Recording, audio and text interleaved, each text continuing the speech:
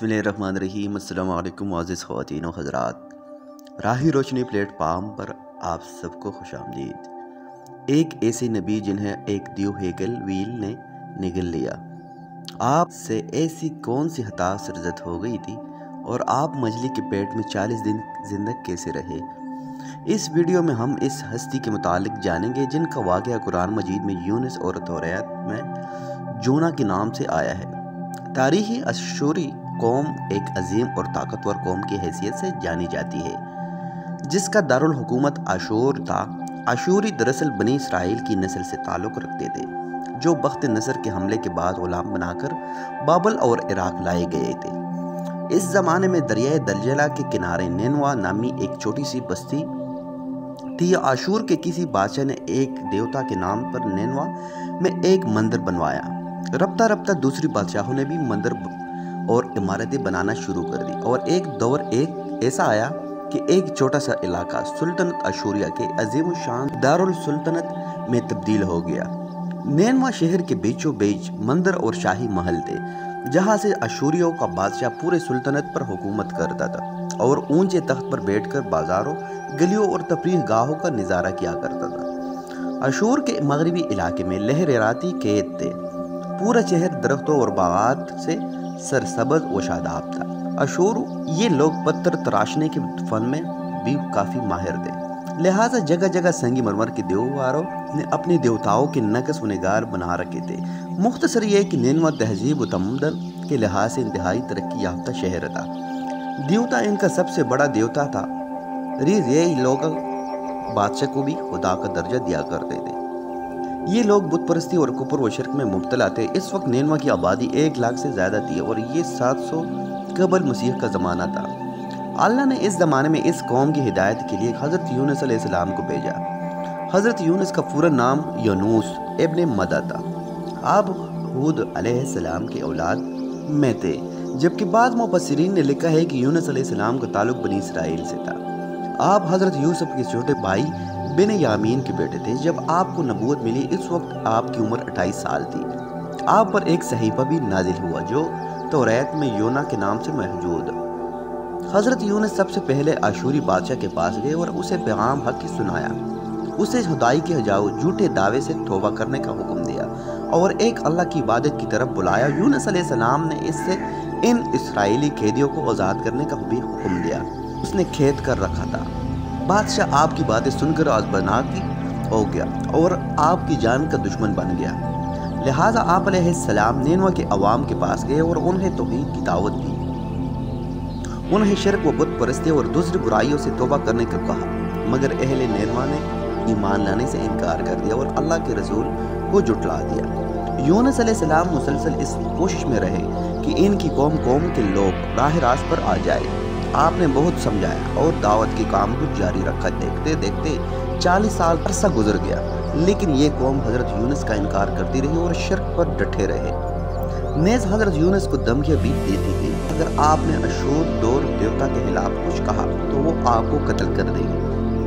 آخرکار حضرت یونس اپنی قوم سے مایوس ہو گئے۔ جب ان کی شرکشی اور نافرمانی انتہا کو پہنچ گئی تو اللہ نے حضرت یونس کو آگاہ کر دو کہ 3 دن کے اندر ان پر عذاب آنے والا ہے، لہٰذا آپ نے اہل نینوا کے سامنے اعلان کیا کہ اگر تم نے 3 دنوں کے اندر بت پرستی اور شرک سے توبہ نہ کی تم پر اللہ کا قہر نازل ہوگا اور پورا شہر تباہ و برباد ہو جائے گا۔ لوگوں نے آپ کا مذاق اڑایا اور جواب میں کہا کہ ہم تمہارے رب کی طرف سے عذاب کے منتظر رہیں گے۔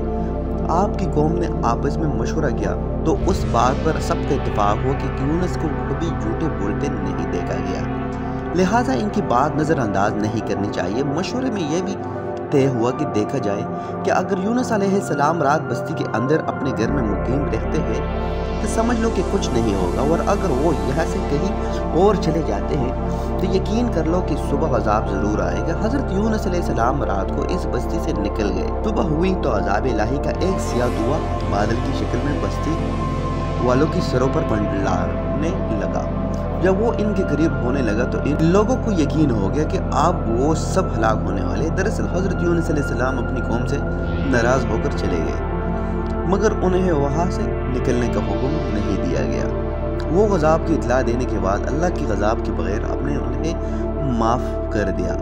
اللہ تعالیٰ کسی قوم کو اس وقت تک غضب نہیں دیتا جب تک وہ اپنی پروجیکٹ پوری نہیں کر لیتا۔ بس یونس علیہ السلام نے اس قوم میں مہلت کی آخری لمحے تک نصیحت کا سلسلہ جاری نہیں رکھا اور اللہ کے مقرر کردہ وقت سب سے پہلے اور خود ہی ہجرت کر گئے۔ تو اللہ کے انصاف نے اس قوم کو عذاب دینا گوارا نہ کیا اور انہیں معاف کر دیا گیا۔ جب حضرت یونس علیہ السلام فرات کے کنارے پہنچے تو ایک کشتی کو مسافروں سے بھرا ہوا پایا۔ حضرت یونس کشتی میں سوار ہو گئے اور کشتی نے لنگر اٹھایا۔ پورے دن میں کشتی سمندر میں سکون سے چلتی رہی۔ اچانک اونچی اونچی لہریں اٹھنے شروع ہو گئی۔ لوگوں نے اپنا ساز و سامان سمندر میں پھینک دیا کہ کشتی کا بوجھ کم ہو جائے، لیکن کشتی کا بوجھ پھر بھی کم نہ ہوا۔ جبکہ کشتی ڈگمگانے لگی تو کشتی کے غرق ہونے کا یقین ہونے لگا۔ اہل کشتی نے اپنے عقیدے کے مطابق کہا کہ ایسا معلوم ہوتا ہے کہ اس کشتی میں کوئی غلام ہے اپنے آقا سے بھاگا ہوا۔ جب تک اس کو اس کشتی سے الگ نہ کیا جائے گا نجات مشکل ہے۔ یونس علیہ السلام نے سنا تو ان کو تنبیہ ہوا کہ اللہ کو میرے نواسے وہی انتظار کیے بغیر اس طرح چلے آنا پسند نہ آیا، اور یہ میری آزمائش کے سہارے۔ یہ سوچ کر انہوں نے اہل کشتی سے فرمایا کہ میں ہی وہ غلام ہوں جو اپنے آقا سے بھاگا ہوا۔ لہٰذا 3 مرتبہ قرآن اندازی کی گئی اور 3 مرتبہ حضرت یونس علیہ السلام کا نام نکلا۔ تب مجبور ہو کر انہوں نے حضرت یونس علیہ السلام کو دریا میں ڈال دیا۔ اس وقت اللہ نے ایک بڑی مچھلی کو حکم دیا کہ انہیں نگل لو، یہ تمہاری غذا نہیں ہے، اس لیے ان کے جسم پر کوئی تکلیف نہیں ہونی چاہیے۔ مچھلی نے حضرت یونس علیہ السلام کو اپنی پیٹ میں نگل لیا۔ یونس علیہ السلام نے جب مچھلی کے پیٹ میں خود کو زندہ پایا تو بارگاہ الہی میں اپنی ندامت کا اظہار کیا کہ میں وہی الہی کا انتظار کیے بغیر اور اللہ سے اجازت لیے بغیر امت سے ناراض ہو کر نینوا سے نکل آیا۔ حضرت یونس نے مچھلی کے پیٹ میں اللہ کو پکارا اور ان پر 3 مرتبہ اندھیرے اکٹھے ہو گئے تھے۔ رات کا اندھیرا، مچھلی کے پیٹ کا اندھیرا اور سمندر کا اندھیرا۔ آپ نے ان اندھیروں میں یہ کلمات کہے، اللہ تیرے سوا کوئی معبود نہیں دیکھتا، میں تیری پاکی بیان کرتا ہوں، بے شک میں اپنے نفس پر خود ہی ظلم کرنے والا ہوں۔ روایاتوں کے مطابق اگر حضرت یونس یہ تسبیح نہ کرتے تو قیامت تک مچھلی کے پیٹ میں رہتے۔ رسول اللہ صلی اللہ علیہ وآلہ وسلم نے فرمایا کہ جب یونس نے یہ دعا کی حضرت تو یہ کلمات عرش کے گرد گھومنے لگی۔ اشنا ضروری ہے اور آواز بہت ہی کمزور ہے۔ اللہ نے حضرت یونس کی درد بھری آواز کو سنا تو فرمایا کیا تم اس آواز کو نہیں پہچانتے؟ انہوں نے کہا نہیں۔ فرمایا یہ میرے بندے یونس کی آواز ہے۔ فرشتے نے کہا یہ وہی یونس ہے جس کی پاک عمل قبول شدہ ہر روز تیری طرف چڑھتے تھے۔ اے اللہ مصیبت کے وقت اس پر رحم کر۔ تم اس وقت اللہ نے مچھلی کو حکم دیا کہ وہ آپ کے بغیر کسی تکلیف کے سمندر کے کنارے اگل دے۔ روایتوں کے مطابق یونس علیہ السلام 40 دن اس مچھلی کے پیٹ میں رہے اور اس کے بعد اللہ کے حکم سے اس مچھلی نے آپ کو سمندر کے کنارے اگل دیا۔ مچھلی کے پیٹ میں رہنے کی وجہ سے آپ کا جسم ایسا ہو گیا تھا جیسے کہ پرندے شدہ بچہ جس کے جسم نرم ہوتا ہے اور جسم پر بال تک نہیں تھے۔ عرض حضرت یونس بہت ہی کمزور اور ناتواں حالت میں خشکی پر ڈال دیے گئے تھے۔ اس کے بعد اللہ نے سمندر کے کنارے پر ایک بیلدار درخت اگایا۔ روایتوں کے مطابق وہ کدو کا پودا تھا جس کے ذریعے حضرت یونس علیہ السلام پر سایہ ہو گیا۔ اس کے علاوہ اللہ نے ایک جنگلی بکری بھیج دی جو زمین کی گھاس اور جڑی بوٹیاں کھاتی تھی اور صبح و شام آپ کو دودھ دیتی پلاتی تھی یہاں تک کہ آپ تندرست ہو گئے۔ حضرت یونس درخت کے سائے میں جومڑے میں بنا کر رہنے لگے اور یونس علیہ السلام کی قوم انہیں تلاش کرتی رہی۔ ایک دن اس ساحل کے کنارے پہنچ گئی اور انہوں نے آپ کو دیکھ لیا۔ انہوں نے آپ کے ہاتھ پر اسلام کی بیعت کر لی اور ساتھ ہی اللہ سے توبہ و استغفار کرنے لگے۔ یونس علیہ السلام دوبارہ نینوا چلے گئے اور وہاں رہ کر اپنی قوم کی رہنمائی فرمائی۔ سو حضرت یونس کی زندگی نینوا ہی میں گزری اور وہی آپ کا انتقال بھی ہوا۔ اس قصے سے ہمیں یہ سبق ملتا ہے کہ کسی بھی حال میں اللہ کی رحمت سے مایوس نہیں ہونا چاہیے اور نہ ہی ہدایت کے معاملے میں اپنی ذات پر بھروسہ کرنا چاہیے۔ ہدایت تو بس اللہ ہی کی طرف سے ہی ہمارے ذمہ بس پیغام حق پہنچانا ہے۔ ناظرین گرامی آج کے لیے بس اتنا ہی۔